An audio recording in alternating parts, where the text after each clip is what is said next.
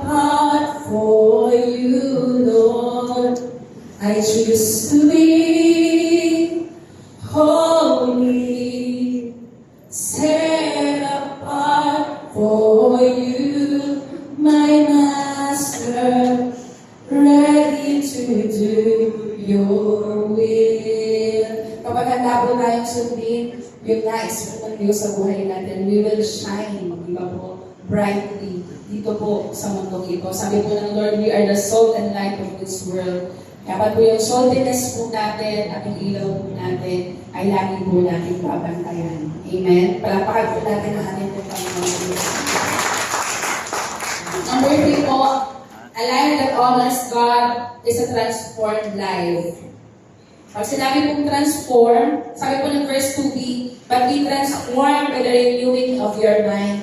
Pag sinabi pong transform, it is called po metamorphosis. At kapag metamorphosis po yung pinag-uusapan, ang lagi po natin naaalala is a life cycle of butterfly. Di ba po, dito sa Dasmariñas, we have the Parang-Parang Festival because yung Dasmariñas daw po has transformed, di ba po, into a city, di ba po, from a municipality to a city, and this, Dasmariñas po has been developed, di ba po, kita naman po natin, may mga mall na tayo, yung mga malalaking universities po tayo rito. So, pag sinabi pong metamorphosis, meron pong pagbabago, may change po. Hindi po, ang butterfly daw po, hindi daw po ginlo sa caterpillar yung kanyang wings. But it changed, the change happens from inside out. Di ba po, from caterpillar to pupa, di ba po yung pupa, doon unti-unting lumalabas yung kanya po papa. Sabi po dito, if surrender is the foundation and separation is the boundary, then transformation is the evidence. Kaya nga po, ang vision po ng church natin is to live out the full gospel of the Lord Jesus Christ. Dapat po, lahat ng naririnig natin na napag-aaralan po natin salita, it transform us. Pinuhugot po tayo nito, binabago tayo nito, sinasabuhay natin yung ating mga salita po ng Diyos na ating pong naririnig, na ating pong pinag-aaralan, na ating pong natutunan. Because God is not really interested in behavior modification. Hindi pagiging mabait ang pagpunta sa langit. But God is interested in heart transformation. Sabihin nga po natin, heart transformation. Kaya lagi po natin babantayan ang puso ng bawat isa po sa atin. A transformed life starts internally. Sabihin po natin, internally.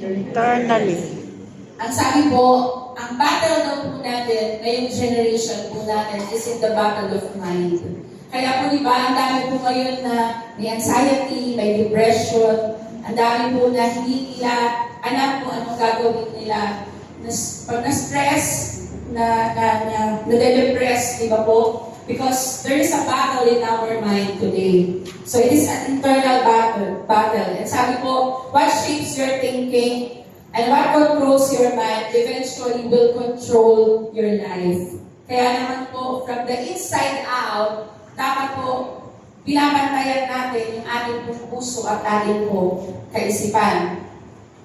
Sabi po ng Philippians chapter 4 verse 8, finally, brothers and sisters, whatever is true, whatever is noble, whatever is right, whatever is pure, whatever is lovely, whatever is admirable, if anything is excellent or praiseworthy, think about such things.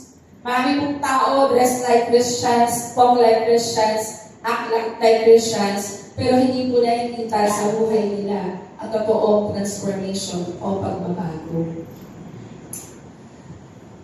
Ang gusto po ng Diyos, inward renewal.